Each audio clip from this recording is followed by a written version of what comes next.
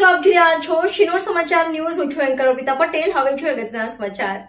Dabhoi police વિભાગ દ્વારા ડભોઈ નગરપાલિકા સભાહોલ ખાતે 13 તુજકો અર્પણ કાર્યક્રમ થકી 10 મોબાઈલ, 1 મોટરસાયકલ અને રૂપિયા 1,10,238ના પૂરા સાયબર ફ્રોડના નાણાં લાભાર્થીઓને પરત આપવામાં આવ્યા. આ પ્રસંગે ધારાસભ્ય શૈલેષભાઈ મહેતા અને ડીવાયએસપી આકાશ પટેલ ખાસ ઉપસ્થિત રહ્યા હતા.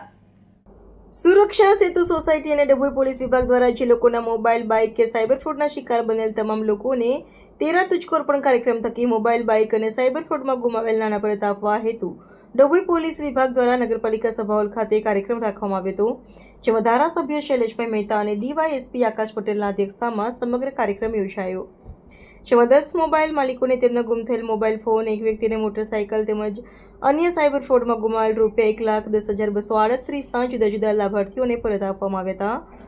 આ પ્રસંગે પાલિકા પ્રમુખ બિરેન શાહ, શહેર પ્રમુખ દીક્ષિત દવે, વકીલ અશ્વિનભાઈ પટેલ, પીઆઈ કે જે ઝાલા સહિત નગર આગેવાનો ઉપસ્થિત રહ્યા હતા.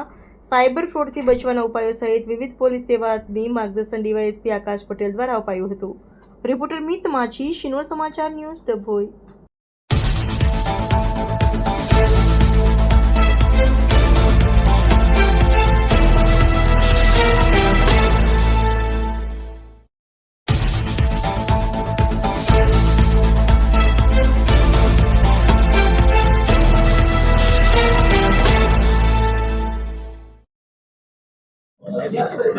આજરોજ ડભોઈ પોલીસ દ્વારા 13 તુજકો અર્પણ કાર્યક્રમનું આયોજન કરવામાં આવ્યું.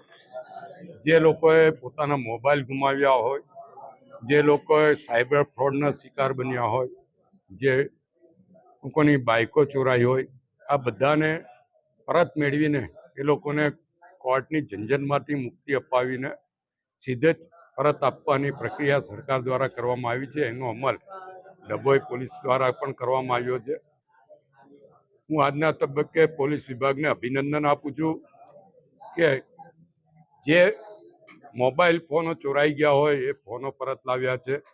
સાયબર ફ્રોડનો શિકાર બનીને જે લોકોએ રકમો ગુમાવી હતી, મોટી રકમો, કોઈને 30,000, કોઈને 40,000, કોઈને 20,000 એવી રકમો પરત આપી છે. એક બાઇક ચોરાયેલી પણ પરત આપવામાં આવી છે. અગાઉ પણ આ રીતના કાર્યક્રમ કરીને મોબાઈલો અને બાઇકોને પરત આપવામાં આવ્યા હતા. ત્યારે ડભોઈમાં આ કાર્યક્રમ 13 તુજકો અર્પણ ખરેખર અભિનંદનીય છે. જે લોકોને ગયેલી રકમો પાછી મળી છે એમને પણ અભિનંદન. જે લોકોના મોબાઈલ ચોરાયા હતા એ પરત મળ્યા છે. જેમની બાઇક મળી છે એમને પણ અભિનંદન. પણ લોભ લાલચમાં આવ્યા વગર આ સાયબર ફ્રોડના શિકાર ના બનો. તમને વારંવાર મીડિયા દ્વારા, પોલીસ દ્વારા સૂચનાઓ આપવામાં આવે છે, પણ એ સૂચનાઓનો કોઈ અમલ કરતા નથી.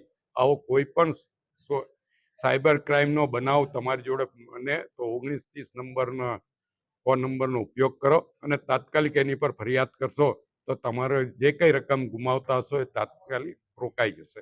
માટે પોલીસ તંત્ર વતી પણ આપ સૌને અભિનંદન આપું છું અને પોલીસ ખાતે જે મહેનત કરીને આ રકમો પરત મેળવે છે એમને વિશેષ અભિનંદન આપું છું. આભાર.